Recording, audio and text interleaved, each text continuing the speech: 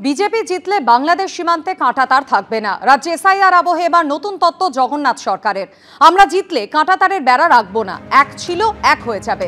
তৃণমূল জিতলেও বেড়া থাকবে না, কিন্তু সেটা বাংলাদেশ হয়ে যাবে।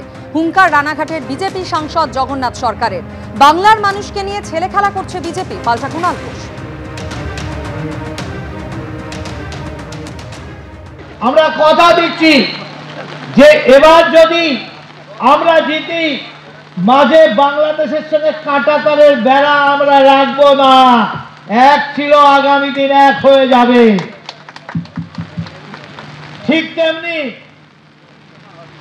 আর একটা কথা দিচ্ছি, যদি তৃণমূল জেতে সেক্ষেত্রেও বেড়া থাকবে না, কিন্তু সেটা বাংলাদেশ হয়ে যাবে। যে দল অনুপ্রবেশ আটকানো যাদের দায়িত্ব, যারা অনুপ্রবেশ আটকাতে ব্যর্থ, যারা অনুপ্রবেশের বিরুদ্ধে কথা বলে একাংশের মানুষকে অপমান করছে অনুপ্রবেশকারী বলে, তাদের সাংসদ আবার বলছেন সীমান্ত তুলে দেবো, দুই দেশ তো আবার এক ছিল। বিজেপি এটা ভেবেছে কি? মানুষকে নিয়ে কি ছেলে খেলা করা হচ্ছে নাকি? আমরা বলছি অনুপ্রবেশ হয়ে থাকলে রোখার দায়িত্ব তোমাদের, এখন সেটাই ফেল করে বলছে সীমান্ত তুলে দেবো, দুদেশ তো এক ছিল। এটা কি হচ্ছে বিজেপির? যারা বলে যে জমি মানে আমরা সীমান্তে কাঁটা দেব, এই করব ওই করব, তারাই বলছে সীমান্ত তুলে দেবো। তাহলে এদের এই দিশাহীন রাজনীতি, বিভ্রান্তি মানুষ বিচার করবেন এই বিজেপিকে। যদিও যাবতীয় বিতর্কের পরে নিজের বক্তব্যের ব্যাখ্যা দিয়ে জগন্নাথ সরকার বলেছেন, বিজেপি জিতলে এতটা উন্নয়ন হবে যে বাংলাদেশ নিজেই ভারতে এসে যাবে, দখল করার আর প্রয়োজন হবে না। কৃষ্ণ কেমন, জার্মন যেমন, তৃণমূল যেমন চায়, তারা ভাবছে কাঁটাতার বেড়া দিলে আমরা ওপারে গিয়ে লুটে পুটে খাবো। আগে তো কাঁটাতারের বেড়া ছিল না। যারা সাম্প্রদায়িক সুশ্রী দিয়ে মুসলিম ভোট নেওয়ার জন্য বৃহত্তর বাংলাদেশের স্লোগান দেয়, তারা এটা কাঁটাতার তুলে দিয়ে বাংলাদেশ বানাতে চাইছে। আর আমরা ক্ষমতায় আসলে বাংলার উন্নয়ন হবে। আগামী দিনে বাংলা অতীতে সোনার বাংলা যেমন ছিল সেই রকম করলে দেখা যাবে বাংলাদেশ তারা নিজেরাই ভারতের সঙ্গে জুড়ে যাবে। আমাদের দখল করার কিছুই থাকবে না, সেটাও কাঁটাতারের বেড়া উঠে যাবে। তারা নিজের থেকেই বলবে আমরা ভারতের সঙ্গেই থাকতে চাই। ভারতের অঙ্গরাজ্য হয়ে যাওয়ার সম্ভাবনা প্রবল আছে। উন্নয়নের সাথে দখল করার কিছু দরকার নেই। শুভেন্দু অধিকারীর হাত থেকে পদ্মফুল গ্রহণ করে জল্পনা জোরালো করেছিলেন, আর এবার দলেরই বিধায়কের আক্রমণে নিশানায় পড়লেন নোয়াপাড়ার প্রাক্তন তৃণমূল বিধায়ক সুনীল সিং। বৃহস্পতিবার গারুলিয়ায় তৃণমূলের সভা থেকে সুনীল সিংকে নিশানা করেন তৃণমূল বিধায়ক মঞ্জু বসু। পাল্টা আক্রমণের পথে হেঁটেছেন সুনীল সিংও, যা ঘিরে তৃণমূলকে নিশানা করেছে বিজেপি। চমক তো হবেই, ব্যারাকপুর লোকসভার মধ্যেই চমক হবে। অবস্থা ভালো নেই বলে আবার তার পেছন পেছন ছুটে পদ্মফুল হাতে নিতে গেছে।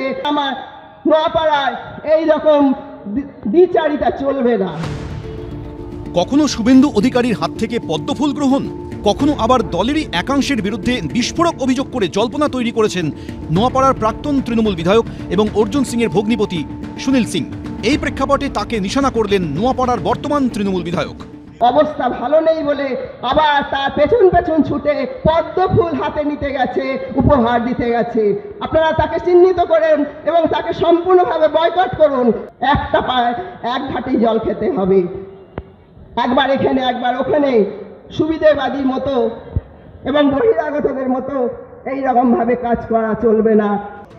বৃহস্পতিবার গারুলিয়ায় সভা করেন নোয়াপাড়ার তৃণমূল বিধায়ক মঞ্জু বসু। সেখান থেকেই নাম না করে প্রাক্তন তৃণমূল বিধায়কের উদ্দেশ্যে কার্যত আক্রমণ ছুড়ে দিলেন। পাল্টা আক্রমণের পথে হেঁটেছেন সুনীল সিংও। দুয়ারে সরকার যেমন হচ্ছে, দুয়ারে বিধায়িকা নেই। এখানে নওপাড়া বিধানসভাকে বিধায়িকায় কেউ পায় না, বাড়িতে গেলেও পায় না, আর গেলেও 3 ঘন্টা বসতে হয়। তো উনি দুয়ারে সরকার, উনি বিধায়িকা, আর দুয়ারে বাড়িতেও বিধায়িকা নেই। যখনই ভোট হয়েছে 2011 থেকে আমি প্রত্যেক বছর প্রত্যেক ইলেকশনে আমি তৃণমূল জিতিয়েছি।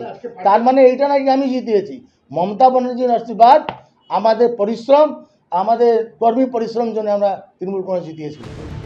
যা ঘিরে তৃণমূলকে কটাক্ষ করতে ছাড়েনি বিজেপিও। এটা ওদের পার্সোনাল ঝামেলা, পার্টিগত ঝামেলা। শুধু সুনীল সিং কিংবা মঞ্জু বসু কেন, ওখানে পিনাকি ভট্টাচার্য, বাবলা দা, গৌতম বোস, এদেরকে কারোর সাথে কারোর কোনো মিল নেই নোয়াপাড়াতে। শুধু নোয়াপাড়া কেন, আপনি নৈহাটিতে চলে যান, সনৎ সিং কি টিএমসির সাথে আছে? সনদ দেখে টিএমসির সাথে আছে, না বীজপুরে দেখেন শুভ্রাংশুর সাথে আমাদের বীজপুরের বর্তমান এমএলএ তার ঝামেলা বেঁধেছে। টিএমসি ব্যারাকপুরে সব জায়গাতে ঝামেলা শুরু হয়ে গেছে। একদা অর্জুন সিংয়ের ছায়াসঙ্গী হিসেবেই পরিচিত ছিলেন তার ভগ্নিপতি সুনীল সিং। অর্জুন সিংয়ের মতো 2019 সালে তৃণমূল ছেড়ে বিজেপিতে যোগ দিয়েছিলেন। 2021 সালের বিধানসভা ভোটে নোয়াপাড়া কেন্দ্রে বিজেপির প্রার্থী হিসেবে দাঁড়ালেও হেরে যান। পরের বছর বিজেপি ছেড়ে তৃণমূলে ফিরে যান। এরই মধ্যে গত সপ্তাহে শুভেন্দু অধিকারীর হাত থেকে প্রাক্তন তৃণমূল বিধায়কের পদ্মফুল গ্রহণ ঘিরে তুমুল জল্পনা শুরু হয় জেলা রাজনীতিতে। যদিও পদ্ম শিবিরে যাওয়া নিয়ে ধোঁয়াশা এখনও জিয়ে রেখেছেন তিনি। বিজেপিতে এখন চিন্তা করিনি ফেরার, আমি দলে আছি। দল নিশ্চয়ই ভাববে উনি পদ্মফুলটা দিলে, আমি পদ্মফুলটা ফেলতে পারি না, ওটা ভগবানের একটা ফুল আছে, ওটা কি করে ফেলি বলুন? পদ্মফুল নিশ্চয়ই দিয়েছেন, লেকিন আমি পদ্মফুল ফেলতে পারিনি, পদ্মফুলটা আমি এনেছি বাড়ির মধ্যে। শেষ অবধি সুনীল সিং কি করবেন সেটাই দেখার। সমীরণ পাল, এবিপি আনন্দ, উত্তর 24 পরগনা। এসআইআর প্রক্রিয়া শুরু হতেই দিকে দিকে বিএলওদের রাজনৈতিক পরিচয় নিয়ে উঠছে প্রশ্ন। একদিকে হাওড়া পুরসভার একাধিক বিএলওদের সক্রিয় তৃণমূল কর্মী বলে দাবি করেছে বিজেপি। একইভাবে পূর্ব বর্ধমানের কাটোয়ায় বিএলওর ভূমিকায় রয়েছেন খোদ তৃণমূলের বুথ সভাপতি বলে অভিযোগ তুলেছে বিজেপি। পূর্ব মেদিনীপুরেও বিজেপির অভিযোগ বিএলওর ভূমিকায় রয়েছেন তৃণমূলেরই সক্রিয় কর্মী, যদিও এই সমস্ত অভিযোগ শটান উড়িয়ে দিয়েছে তৃণমূল কংগ্রেস।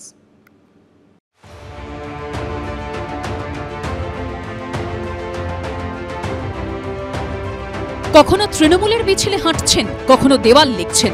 বিজেপির অভিযোগ এরা প্রত্যেকেই বুথ লেভেল অফিসার বা বিএলও। এসআইআর প্রক্রিয়ার মতো গুরুত্বপূর্ণ কাজের দায়িত্ব রয়েছে তাদের কাঁধে, অথচ এসআইআর এর কাজ শুরু হতে না হতেই বিএলওদের একাংশের রাজনৈতিক পরিচয় নিয়ে শুরু হয়েছে বিতর্ক। বৃহস্পতিবার এই ছবি সোশ্যাল মিডিয়ায় পোস্ট করেছেন বিজেপির রাজ্য সম্পাদক উমেশ রায়। বিজেপির নিশানায় 140 নম্বর বুথের বিএলও আবির মুখোপাধ্যায়। বিজেপির পোস্ট করা ছবিতে হাওড়া উত্তরের তৃণমূল বিধায়ক গৌতম চৌধুরীর সঙ্গে তাঁকে দেখা যাচ্ছে। বিজেপির অভিযোগ, এলাকায় তৃণমূলের সক্রিয় কর্মী হিসেবে পরিচিত তিনি। ইনি হলেন 230 নম্বর বুথের বিএলও সন্তোষ সোনকার। বিজেপির পোস্ট করা ছবিতে তৃণমূলের দেওয়াল লিখন থেকে শুরু করে তৃণমূল বিধায়কের সঙ্গেও দেখা যাচ্ছে তাঁকে। এর আগেও আমরা বহুবার কমপ্লেন করেছি, কিন্তু সেই কমপ্লেনের কোনো অ্যাকশন নেয় না ইলেকশন কমিশন। এবার আমরা প্রত্যক্ষ প্রমাণ সহিত কিছু বিএলওদের ছবি, যারা টিএমসির র্যালিতে যাচ্ছে, টিএমসির দেওয়াল লেখন করছে, টিএমসির সভাতে বসে আছে, এরকম ছবি সহিত আমরা কিছু অভিযোগ তুলেছি। যারা টিএমসির সমর্থক না, টিএমসির নেতা নেত্রী, তারা বিএলও আছে। আপনি কল্পনা করতে পারেন তাদেরকে দিয়ে নিষ্পক্ষ এসআইআর এর কাজ আপনি করতে পারবেন? নন পলিটিক্যাল কথাবার্তা। তাহলে বিএলও এবার গুজরাট থেকে নিয়ে আসুক, আর কি করবে এসআইআর করার নামে? গুজরাট থেকে নিয়ে আসুক, দিল্লি থেকে নিয়ে আসুক। নির্বাচন কমিশনের গৃহীত সিদ্ধান্ত যে স্কুল টিচার, অঙ্গনওয়াড়ি, কর্পোরেশনের হেলথে চাকরি করে তারাই তো পাবে। কোথা থেকে পাবে এত লোক? সরকারি কর্মচারী তাদেরকে। তাই এটাও বিএলও যারা হবে বা যারা বুথে বুথে বাংলায় যারা দেখবে বৈধ ভোটার কারা আছে, সেটাও গুজরাট থেকে নিয়ে আসুক না। যদিও এ প্রসঙ্গে কিছু বলেননি হাওড়ার জেলা শাসক। দেখুন, আমরা যতটুকু করেছি, আমরা ইসিএ গাইডলাইন্স দেখে ভালো করে ভেরিফিকেশন করেই আমাদের নিয়োগ করা হয়েছে।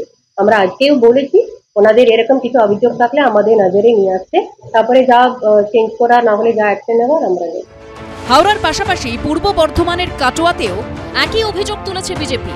কাটোয়ার কুয়ার গ্রামের 258 নম্বর বুথের বিএলও পুরাণচন্দ্র ঘোষ, পেশায় কুয়ারডাঙ্গা প্রাথমিক স্কুলের প্রধান শিক্ষক। বিজেপির অভিযোগ, তিনি নাকি এই বুথের তৃণমূল সভাপতি। আমাকে আমাকে যখন বিএলওর অ্যাপয়েন্টমেন্ট দেয়, আমাকে তো কিছু জিজ্ঞেস করেনি তো যে এরকম আপনি পার্টির সঙ্গে যুক্ত কিনা বা কোনো পার্টির বুথ সভাপতি, এসব তো আমাকে জিজ্ঞেস করেনি। আমাকে অ্যাপয়েন্টমেন্ট ধরিয়ে দিয়েছে, আমি কাজ করছি। কোনো অস্বচ্ছতা হবে না, সঠিকভাবে কাজ হবে, সঠিক ম্যাপিং হবে। তৃণমূলের দলীয় বুথ সভাপতিদের বেছে বেছে বিএলওর দায়িত্ব দিচ্ছে স্থানীয় প্রশাসন, নির্বাচন কমিশনের চোখে বুড়ো আঙুল দেখিয়ে। তো আজকে আমরা 270 কাটোয়া বিধানসভার অন্তর্গত 258 নম্বর বুথে পরিষ্কার তার প্রমাণ দেখলাম যে তৃণমূলের একজন বুথ সভাপতি তিনিই আবার বিএলও দায়িত্ব পেয়েছেন এবং কাজ করছেন। এই এসআইআর কি নিরপেক্ষ হবে? সেই বুথে কি ওই বিএলও নিরপেক্ষভাবে কাজ করবে? কি করে কাজ করবে আমাদের বিজেপির বিএলএরা?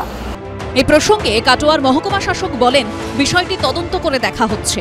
পূর্ব মেদিনীপুরের সুতাহাটার জয়নগর এলাকার 107 নম্বর বুথের বিএলও সৌরভ বেরা। বিজেপির অভিযোগ, তিনিও তৃণমূলের সক্রিয় কর্মী। বর্তমানে তিনি তৃণমূলের শিক্ষক সেলের সদস্য। শিক্ষক সেলের সাথে যুক্ত আছি, আমি তৃণমূল সংগঠনের সাথে যুক্ত আছি।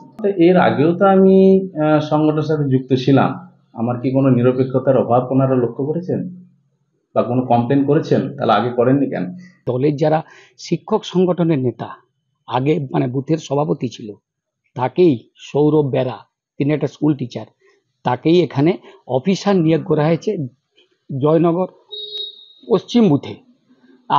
আমাদের ধারণা যে সুষ্ঠুভাবে এটা হবে না, উনি শাসক দলের হয়ে কাজ করবেন। আমি চাইছি নিরপেক্ষভাবে এই কাজটা যদি করানো যায় তাহলে অন্যজনকে দেয়া হোক, সেই জন্য আমি অভিযোগটা দায়ের করেছি বিডিওর কাছে। এই প্রসঙ্গে সুতাহাটার বিডিও বলেছেন, সৌরভ বেরাকে নিয়োগপত্র দিলেও বর্তমানে তিনি অন্যত্র বদলি হয়ে গেছেন।